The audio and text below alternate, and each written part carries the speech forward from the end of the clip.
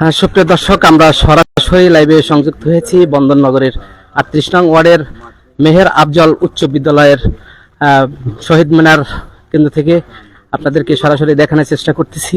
আজকে মহান ২১শে ফেব্রুয়ারি উপলক্ষে আমরা দেখতেছি সৌজন্যে শ্রদ্ধাঞ্জলি জানানোর জন্য ফুল নিয়ে ইতিমধ্যে শহীদ মিনারে সামনে অতিক্রম করতেছেন চট্টগ্রাম মহানগরী বন্দর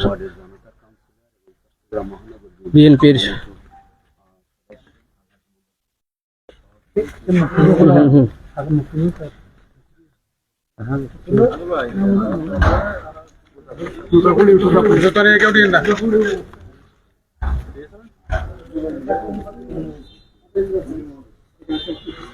আমার ভাইয়ের রক্তে রাঙানো ২১শে ফেব্রুয়ারি আমি কি ভুলতে পারি। এই প্রতিপাদ্যকে সামনে রেখে এই শ্রদ্ধাঞ্জলি জানাচ্ছেন শহীদদের প্রতি চট্টগ্রাম মহানগর বিএনপির সদস্য এবং ৩৮ নং ওয়ার্ডের জনতার কাউন্সিলর আলহাজ হানিফ সওদাগর। আপনারা দেখতে পাচ্ছেন শ্রদ্ধা জানাচ্ছেন শহীদদের প্রতি। শ্রদ্ধা নিবেদন করছেন আলহাজ মোহাম্মদ হানিফ সওদাগর।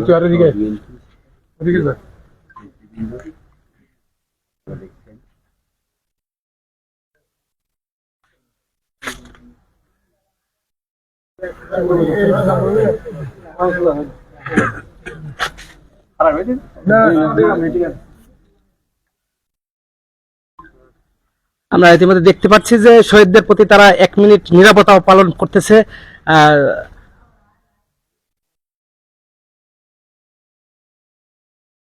ভাষা আন্দোলনে আন্তর্জাতিক মাতৃভাষা ভাষা দিবস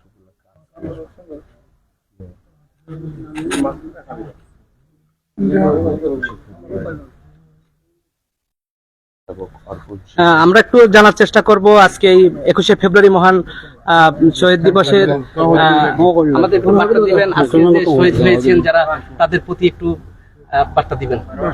বিসমিল্লাহির রহমানির রহিম। আসসালামু আলাইকুম দেশবাসী। আমরা এই মুহূর্তে আজকে ২১শে ফেব্রুয়ারি মহান ভাষা দিবস, আন্তর্জাতিক মাতৃভাষা দিবস। আমরা এই মুহূর্তে শহীদ মিনারে ফুল দিয়ে শহীদদের প্রতি শ্রদ্ধা জ্ঞাপন করেছি এবং আমি সকল শহীদদের আত্মার মাগফিরাত কামনা করছি এবং আমাদের বাংলাদেশ ৭১ সাল থেকে শুরু করে ৫২ সালের ভাষা আন্দোলন থেকে শুরু করে এবং ৫ই আগস্ট জুলাই যোদ্ধা সহ সকল দেশের জন্য যারা ত্যাগ, জানমাল সবকিছু ত্যাগ দিয়ে দেশ একটি লাল সবুজের পতাকা আমাদেরকে দিয়েছে, তাদেরও আমি শ্রদ্ধার সাথে স্মরণ করছি আজকে।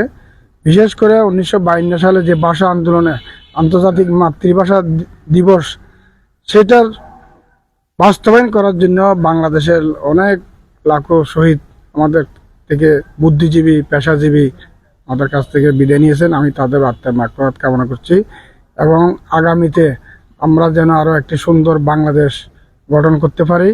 আমাদের বাংলাদেশ জাতীয়তাবাদী দল বিএনপি নতুন সরকার গঠন করেছে সংখ্যাগরিষ্ঠ সিট নিয়ে।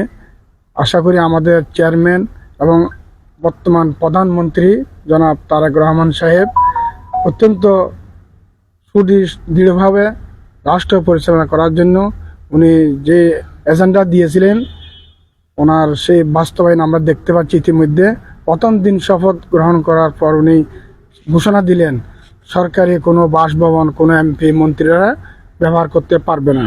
তারপরে সরকারি কোনো গাড়ি, ট্যাক্স ফ্রি কোনো গাড়ি কোনো এমপি মন্ত্রীরা ব্যবহার করতে পারবে না। তারপরে কি করলো, আমরা দেখলাম আমাদের যে স্কুলের যে প্রমোশন ফি যেটা নেয়, এটা একটা মানে জুলুমের মতন হয়ে গেছিল। আমাদের এলাকার জবরদস্তি প্রত্যেক ছাত্রছাত্রী থেকে প্রমোশন ফি নিত, সেগুলি বন্ধ করা হয়েছে শিক্ষামন্ত্রীর মাধ্যমে।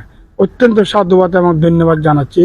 আবার যে উনি যে একটা নির্বাচনী এজেন্ডায় ইশতেহার ঘোষণা করেছে ফ্যামিলি কার্ড দেওয়ার জন্য, ইতিমধ্যে উনি সংসদ অধিবেশন বসে নাই, কিন্তু প্রধানমন্ত্রীর শপথ গ্রহণ করার সাথে সাথে উনি মন্ত্রণালয় বৈঠকে সেটা বাস্তবায়ন করার জন্য প্রাথমিকভাবে উনি ইনশাআল্লাহ পদক্ষেপ নিয়েছেন।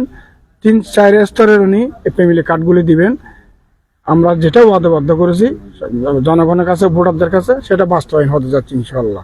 আমি সবাইকে সুস্থ থাকার জন্য, ঐক্যবদ্ধ থাকার জন্য, দেশের যে কোনো ক্লান্তি লঙ্ঘে ঐক্যবদ্ধ থাকার জন্য আহ্বান জানাচ্ছি।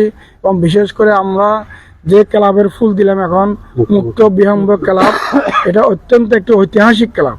এই ক্লাব থেকে, এই মাঠ থেকে শত শত জাতীয় ফুটবলার টিমে খেলতেছে, আমাদের জাতীয় ফুটবলাররা ছিল, কিন্তু এটা এখন প্রায় একটু দেশের ক্লান্তিকার লগ্নে একটু ধীরগতি চলছে। আমরা চাই ইনশাল্লাহ আমাদের প্রবীণ যারা আছে ক্লাবের সংগঠনের সভাপতি, সাধারণ সম্পাদক থেকে শুরু করে এলাকার সকল ফুটবলার প্রেমিকদেরকে নিয়ে আগামীতে একটি সুন্দর ফুটবল টিম গঠন করব।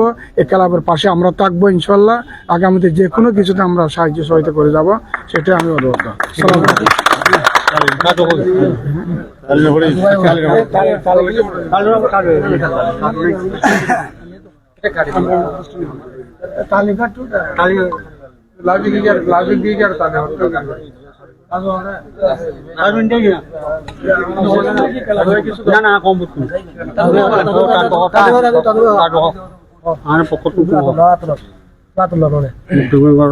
বিসমিল্লাহির রহমানির রহিম।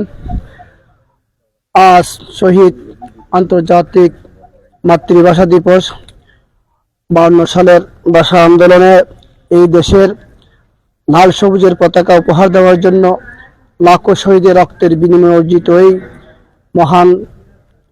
মহান এই 21শে ফেব্রুয়ারি রাষ্ট্রভাষা বাংলার জন্য আন্দোলন সংগ্রামের মাধ্যমে যে রাষ্ট্রভাষা বাংলা হয়েছে এবং আন্তর্জাতিক মাতৃভাষা হিসেবে স্বীকৃতি পেয়েছে। আজকের এই মহান দিনে জাতির এই বীরদের শ্রদ্ধার সাথে স্মরণ করতেছি। 1952 সালে যেসব বীরেরা শহীদ হয়েছেন, 1971 সালে মুক্তিযুদ্ধ করে দেশের জন্য লাল সবুজের পতাকা উপহার দিয়েছেন, এবং 24শে জুলাই অভ্যুত্থানে যারা আমাদের ছাত্র সমাজের ভাইয়েরা তাজা রক্ত দিয়ে বাংলাদেশকে পূর্ণ স্বাধীনতা আমাদের কাছে দিয়েছেন। আমরা আজকে এই বাংলাদেশের নতুন স্বাধীনতাকে সাধারণ আবাল বিদ্যা বনিতা সকলের জন্য এই নতুন স্বাধীনতাকে সর্বস্তরের এই জনগণ নতুন স্বাধীনতার স্বাদ যেন গ্রহণ করতে পারি। এবং ইতিমধ্যে আমাদের বাংলাদেশের প্রধানমন্ত্রী দেশনায়ক তারেক রহমান ঘোষণা দিয়েছেন, এই বাংলাদেশ জাতীয়তাবাদী দল সংখ্যাগরিষ্ঠ আসনে বিজয়ী হয়েছেন। উনি ঘোষণা দিয়েছেন বাংলাদেশ জাতীয়তাবাদী দল একটি জনগণের সেবক হিসেবে, জনগণের বন্ধু হিসেবে বাংলাদেশ জাতীয়তাবাদী দল সরকার গঠন করে বাংলাদেশ জাতীয়তাবাদী দল রাষ্ট্র পরিচালনা করবে। এবং ইতিমধ্যে আমাদের মাননীয় প্রধানমন্ত্রী ঘোষণা দিয়েছেন যে নির্বাচন আগে যে আমরা ঘরে ঘরে ফ্যামিলি কার্ড দিয়েছিলাম, অনেকে এই ফ্যামিলি কার্ডকে ধোঁকা বলেছিল, তারই প্রতি প্রতিশ্রুতি আজকে আমাদের প্রধানমন্ত্রী ঘোষণা দিয়েছেন। প্রাথমিকভাবে 4 কোটি জনসাধারণের কাছে চতুর্থ স্তরে 4 স্তরে এই ফ্যামিলি কার্ডগুলো বাস্তবায়ন হবে।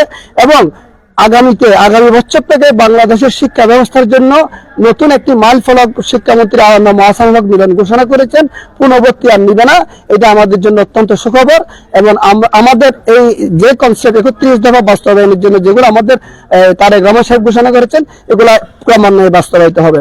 আমি আজকের এই মহান দিনে এবং অত্র এলাকার একটি প্রবীণ সংগঠন মুক্ত বিহঙ্গ ক্লাবের পক্ষ থেকে আমরা জাতীয় বীরদেরকে শ্রদ্ধার সাথে সম্মান করেছি এবং সম্মান জানিয়েছি। শহীদ বেদিতে ফুল দিয়ে সম্মান করেছি। এই ক্লাবের উত্তরোত্তর সমৃদ্ধি কামনা করতেছি এবং এই ক্লাব থেকে ঐতিহ্য যেভাবে জাতীয় দলের ফুটবলার উঠেছে, আগামীতে যেন উঠে আসে সেই প্রত্যাশা রাখি।